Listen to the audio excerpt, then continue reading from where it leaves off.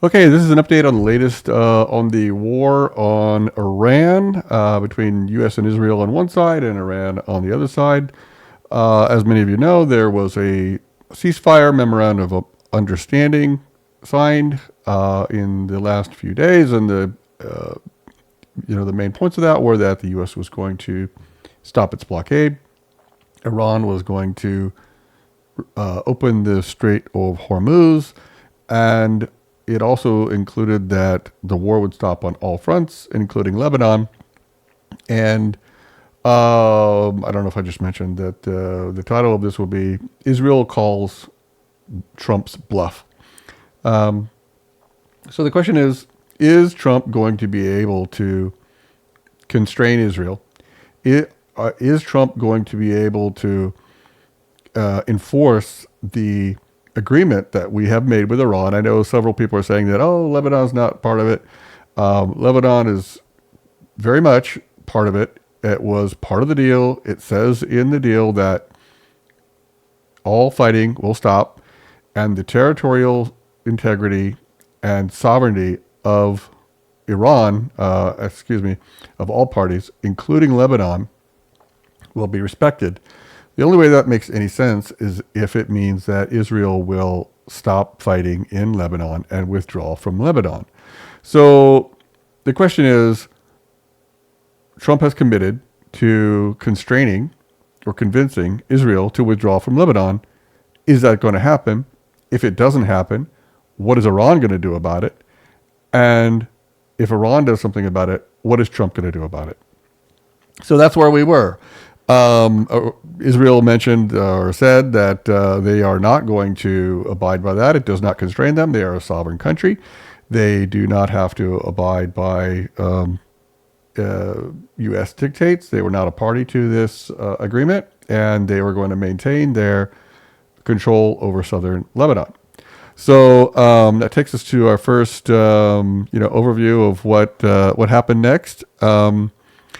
And so we have this report from the New York Times. After a ceasefire was announced in Lebanon on Friday afternoon, the sixth such effort in a matter of weeks, little had changed 24 hours later as the truce once again devolved into more Israeli strikes and Hezbollah fire. Israel pounded towns and villages across southern Lebanon on Saturday, killing at least 7 people and wounding more than a dozen, according to Lebanon's health ministry.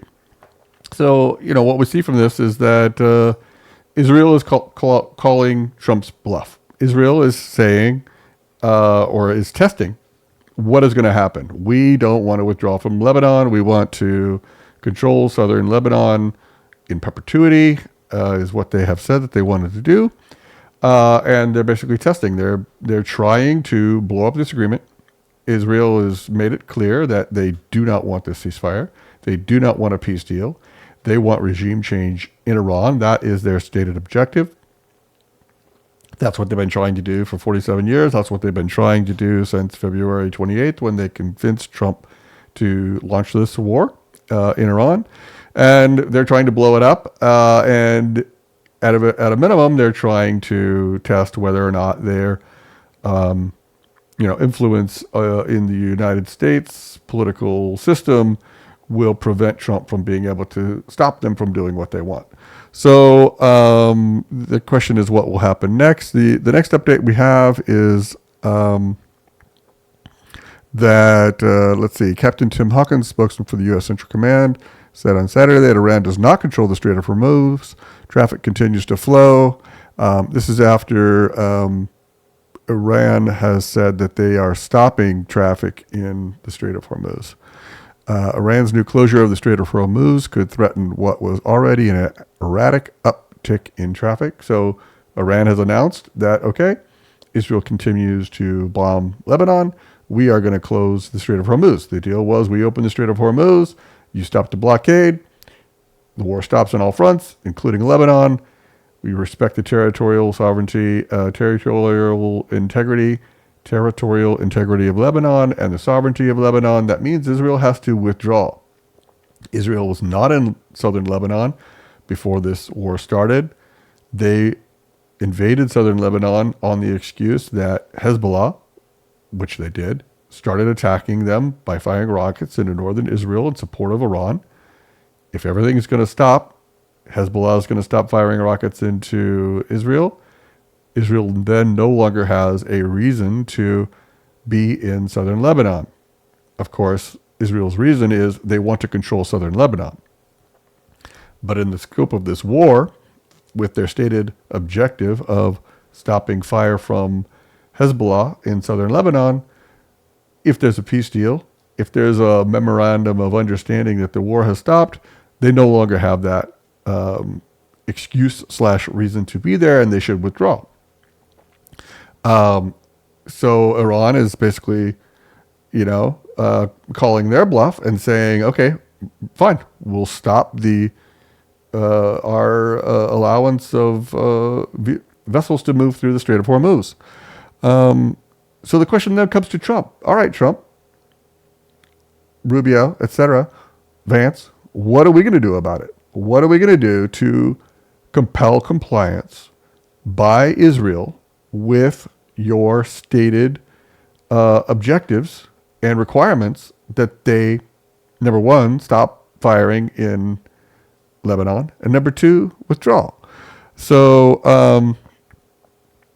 here's some good news on that front. So if we go back to the screen, we can see that the latest, or one of the updates after that, is from 3 hours ago. The Israeli military said in a statement that it had received updated directives from the country's political leaders to cease fire in Lebanon.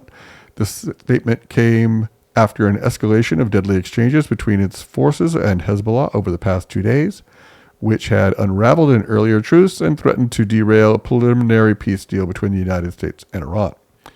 So Israel has said, or is saying in this case, that they have issued a ceasefire. That is good. That is step one in the goal of getting them to respect the territorial integrity and sovereignty of Lebanon, and to have an actual ceasefire, an actual peace, resumption of talks with Iran, opening of the Strait of Hormuz, and